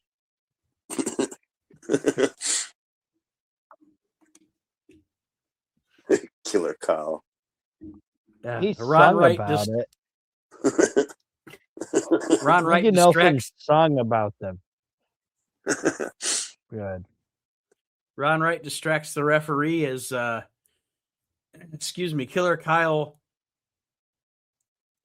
puts his violin case in the turnbuckles, rams Ricky Nelson into them. And I don't understand, this Killer Kyle guy, he's supposed to be this badass, but he got beat by Robert Gibson in the first episode. And then in this episode, he had to cheat to beat Ricky Nelson. But anyway. Yeah. He's weird. He's weird, man. He's weird, man. This guy's weird. Dude, he's got he's got the weirdest body hair. His back hair looks like pubic hair. It's not it's just all his little hairs are all curly and he's bald. He's just got this weird. He's not even. I don't even know if he's black. I can't even tell. That's what I was going to say, man. He's white, but he looks black. What's going on, man? Is he Daryl? He's an albino black man. Dude's just weird, man. Yeah. Then in one of the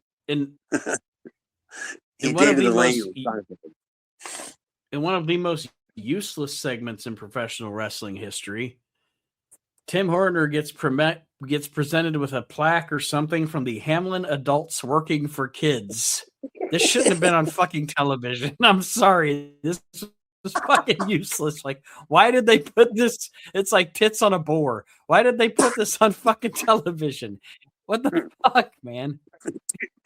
And the best part about it was no angle. Just Yeah, no. It's Don so- Cunningham. Don Cunningham. Don Cunningham deserves his time to shine.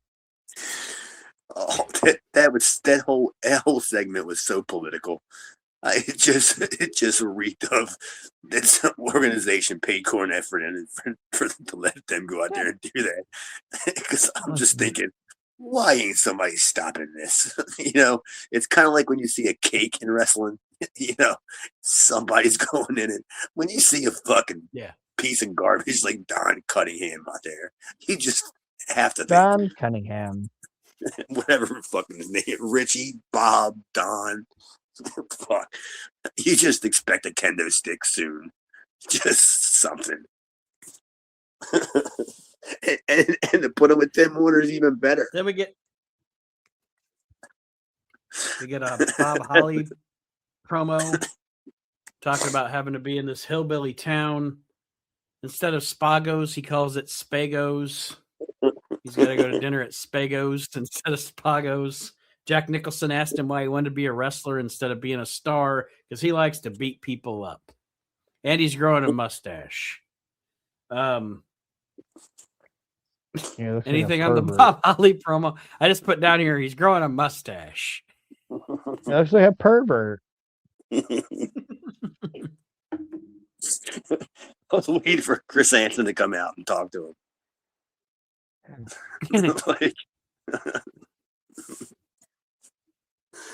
Oh my god. The next match is Brian Lee versus Brad Anderson. Who is he? Ole's or Jeans? Ole's good. Okay. I was just making sure. In other words, he never heard anything good about himself growing up.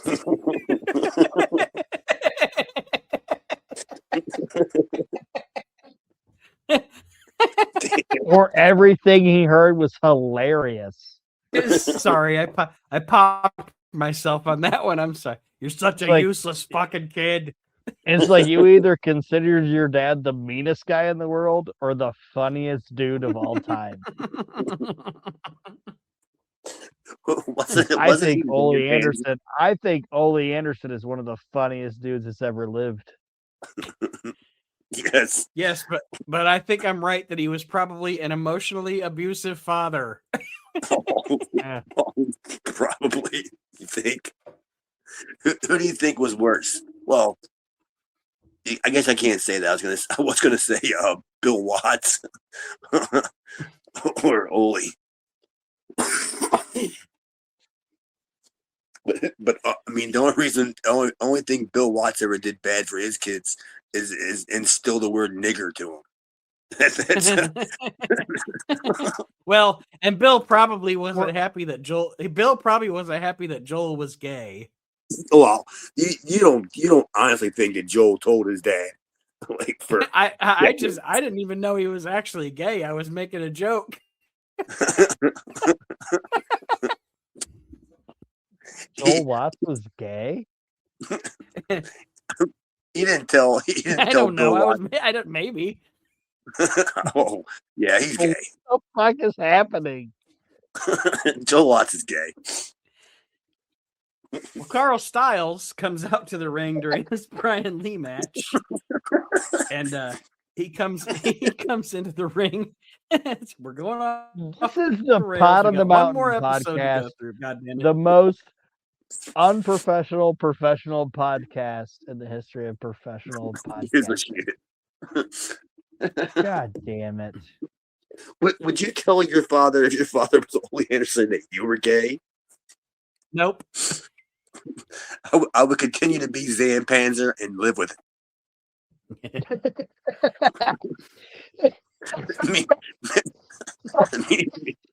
Meanwhile, he's Zan Panties. You fucking Zan Panzer.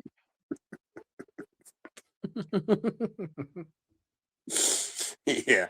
The main event. Let's get back on our rails here. That was good shit, pal. We got 18 minutes to wrap this up. Ivan Koloff and Jimmy Golden versus the Fultons. And like Chad said, here's Vlad back from Russia already. Well, hold on. The Brad Anderson versus Brian Lee match is going on. Carl Styles goes down and gets involved at ringside to get a closer look.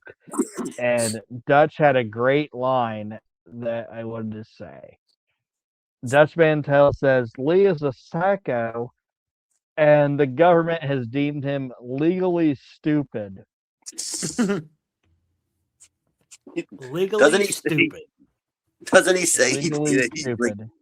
doesn't he say that he can kill like 30 people or some shit? Doesn't he make some accusation like that like the man's so criminally insane that he can kill like 30 people? I'm just like, dude, shit. Yeah, he's been deemed legally stupid. Meanwhile, Ole's still crying in the corner. But Brian Lee ends up defeating Gay Armstrong or Anderson.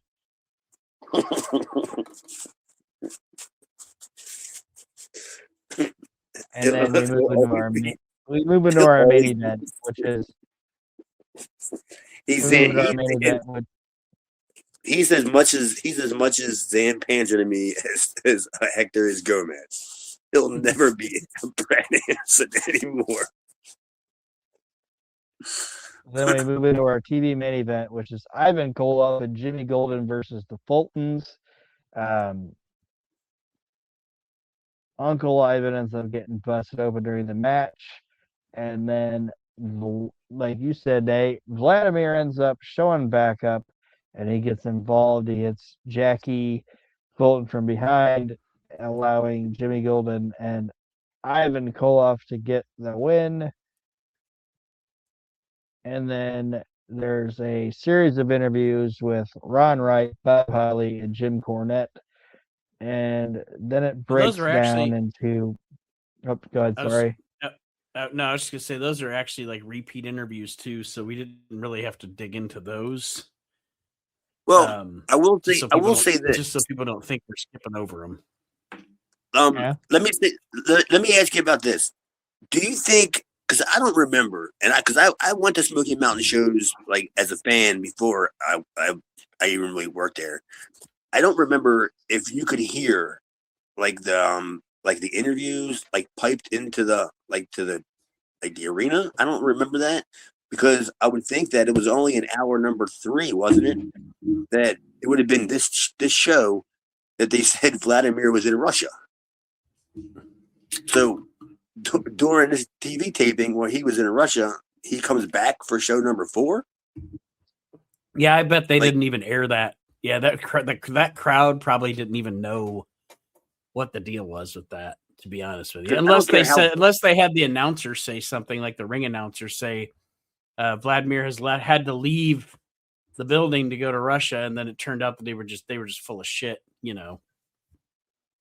Yeah, because I was just wondering, even if them dumb idiots in whatever Morristown, Tennessee, would have put it together. Like, he's supposed to be a Russian. Look. But after all of that, we get a brawl that breaks out between the Fultons, the Koloffs, and Jimmy Golden, and Tim Horner gets involved as well. And like I was saying, where this first show had a lot of Cabrini type vibes to me, and even with this ending brawl, it's like you even had that at the end of those early ECW shows. You know, it's like where all the guys that we talked about earlier came out and just had a nonsense brawl just to end the show. Oh, the Larry Winters and Tony Stetsons of the Smoky Mountains. Yeah. The Blue Machine or whatever it was. And they brought him back out. Bat Miller. That's the end of Smoky Mountain February. Well, I still want to know who the hell Spruce McKee is. Or Spruce McCree. Do you think that's made up or is that legitimate? What do you think that is? Do you know who he is? I don't think so. He's the director. Because like his name pops up like Virgil Runnels does, like rocket shows. And I'm thinking, is that Cornette's like gimmick name like in production? He's Lee Fitting. Huh? He's Lee Fitting. Yes, you think he is? He's the Lee Fitting of Smoky Mountain. Because I caught it like at least I know I caught it twice at least, and I'm thinking like, boom, it's like prominent. It's like they're going off the air and it says director Spruce McCree. And I'm just thinking, I wonder if that's just Cornette's fucking gimmick name. Or would it have been maybe somebody that didn't want to be associated? Well, not even associated, but maybe somebody that worked for Vince or WCW that maybe was involved with Cornette and didn't want to know they were. Yeah, or like a Kevin Sullivan or a. Well, honestly, it really could have been a guy or a Jim Ross. Maybe Jim Ross. It really could have been a guy named Spruce McCree. I just didn't like it. We are talking about Tennessee. Yeah, crazy names there. Maybe it just pissed me off. That's what it was. There's really a guy named Spruce McCree, and the name just made me mad. Well, I hope everybody has enjoyed this first episode of Pod on the Mountain. I've enjoyed doing it as much as I hope everybody's enjoyed listening to it. Like I said, we're going to continue going just like Aaron said, hopefully we'll just, and I think it'll be easier. It'll be much easier to keep on track, I guess you'd say, with doing a monthly show instead of a weekly show. Cause sometimes life happens and the weekly show falls behind, but I think just committing to once a month doing this for a couple of hours is definitely doable.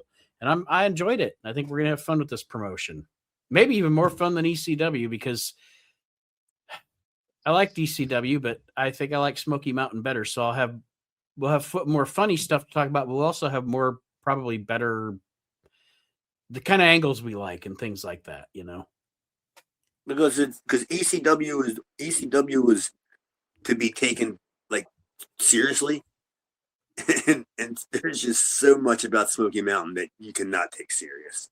Like when you look at the time frame and the people that it's serving, you know what I mean? It's just a whole different ball game. So it's gonna be more our speed, and we want to have fun while we're doing it because we got to take ECW seriously. And this clearly, when we got the Black Scorpion and Paul Miller and this kind of garbage, that we get like the shenanigans, the Ron Wrights. I mean, as great as Ron Wright is as a heel, he's just so great as a heel. He's hilarious, and that's the kind of stuff that I'm actually looking forward to the most. And we got our own Tommy Dreamer. We got Tommy Dreamer and Tim Horner.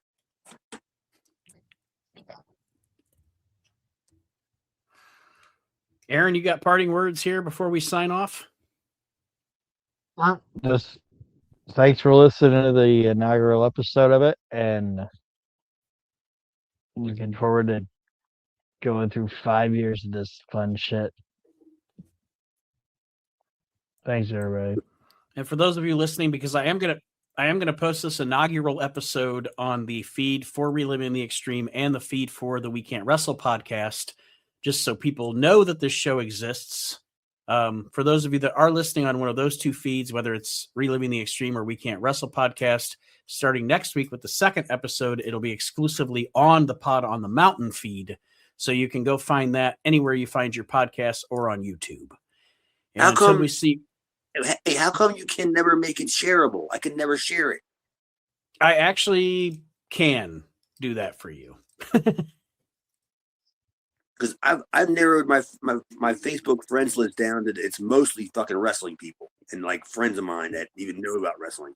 So if I can share it, but I always got to figure out a way to clip and paste it somehow off of Spotify or some shit. Yeah, I can help you figure that one out.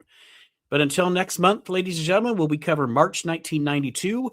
We will see you next time around on Pod on the Mountain. Thanks for joining us, and we'll see you next month. Fuck. Yeah. Dun, dun, dun, dun, dun, dun, dun.